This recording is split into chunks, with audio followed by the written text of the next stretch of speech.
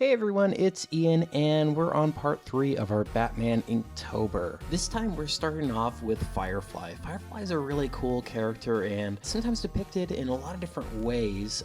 Sometimes as a guy, and most recently she is a woman. And I basically took her version of her suit from Gotham, but I kept the wings and added some other things to her. Also, her flamethrower there, I kind of took from the Arkham games, and I kind of tweaked it a little bit. I think it might be a little inspired from the Alien film franchise as well.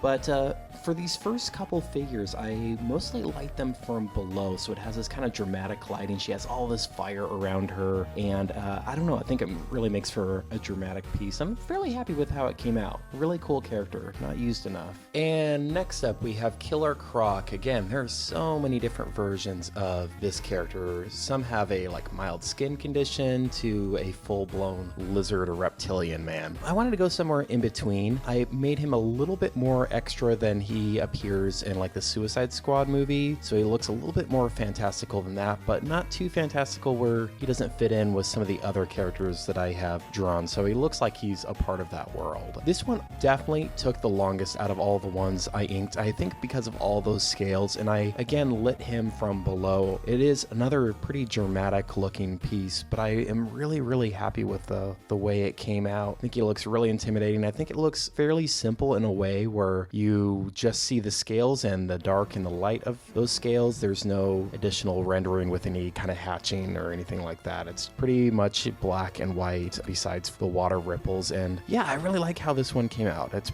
definitely my favorite. Next up we have Victor Zsasz, and this is one of my personal favorite characters. He's very underappreciated, I think, and he's pretty close to reality compared to some of the other characters. He's a serial killer that would fit pretty well in a David Fincher film, I think. All the scars are from people he's killed, so I wanted to kind of keep it accurate to the comics. I think it's about somewhere between 120 and 200 people, which is insane. But yeah, if you do count up the scars, it does come up to that. I love the brush, the dry brush on his pants there, and definitely he's shot from below, and with that lighting coming from below as well, I think it makes him super intimidating, pretty spooky. And speaking of spooky, this character freaked me out so much as a kid, especially from the animated episode. I think because I wasn't sure if the dummy was real or not, and of course he's not. It's about the ventriloquist and how he uses Scarface to get out his kind of suppressed emotions, because he's really timid and his Scarface is just super over the top. I like how his cigar is falling as he's yelling here, and then the ventriloquist is in the back looking very cautious and worried. I really like how this one came out. I think it's really fitting of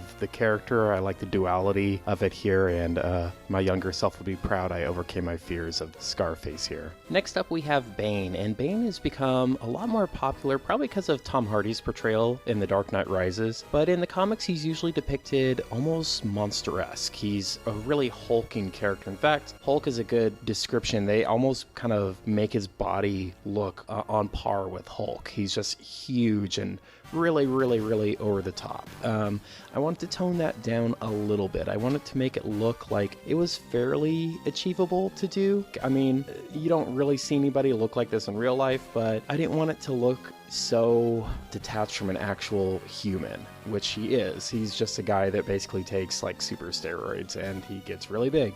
But that's it. He's not like an actual monster. So I wanted to push the muscles, and one of the things I've seen in the past with a lot of artists is even in shadows, they'll highlight those veins so they contrast really nicely in the shadows. I love that look. So I did that here. I mostly tried to keep to pretty solid blacks and whites, but I did come in with some feathering here. I think it kind of varies in how effective that was. Some areas I think look nicer than others. I think that's mostly due to technique with the microns here and trying to make sure that looks consistent, and I don't know if it always looked consistent here in this piece, but I am pretty happy with how it turned out overall. It might be a far cry away from some Banes that people are used to, but I think it looks like a really classic Bane, at least in my eyes. Next we have Black Mask, and Black Mask is just a totally unsympathetic, horrible character. A lot of the other characters you kind of feel something for. They have some sort of tragedy or maybe some sort of disability. Black Mask is just a dick, and he does horrible things, and he's most known for this,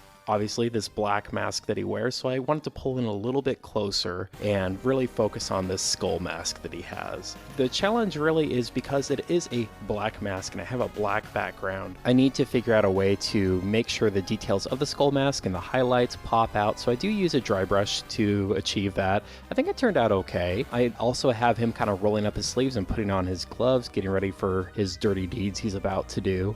He's known to dabble in torture and stuff like that, so I'm pretty happy with how this one came out. I'm excited to see Ewan McGregor take on this role in the new Suicide Squad movie. Next up we have Deathstroke, or Slade, and this is a real huge fan favorite, especially for those that are fans of Teen Titans or the TV show Arrow with Green Arrow. But yeah, he comes up against Batman quite a bit, and he sometimes has had kind of a silly costume in the past, a very swashbuckling looking kind of costume. They've streamlined it a lot more for Rebirth, maybe a little bit too much for my taste. So what I did try to do is I added a little bit of bulk with some pads and some of his wrist guards and armor. But you'll notice the main focus that draws your eye in is this bandana. I wanted to create a lot of flow and rhythm with that bandana, make him look real ninja-y and really intimidating. I really like how this one came out. I think he looks really cool. And last up for this video, we have Hush, or Thomas Elliot. So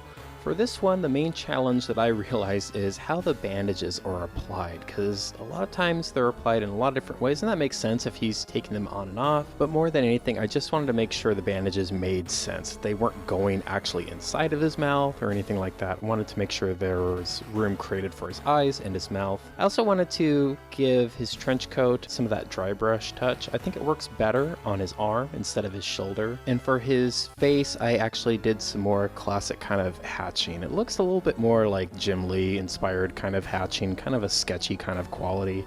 But I think it turned out okay. I'm not super thrilled with this one compared to some of the other ones in this video. But with that, we are finished with another Batman Inktober video. We only have 8 more left to go. I am totally running behind though. I'm actually filming this in November, but we're gonna finish it regardless. I am finishing this Inktober like I always do. It might be a little bit late, but it's gonna happen. So if you did like the video, I'd really appreciate it if you did give it a like, and if you would like to see more videos like this, feel free to subscribe to me. I'd really appreciate that, and you can go and check out some of the previous Batman Inktober's that I have up. I also have some other art videos you can check out as well.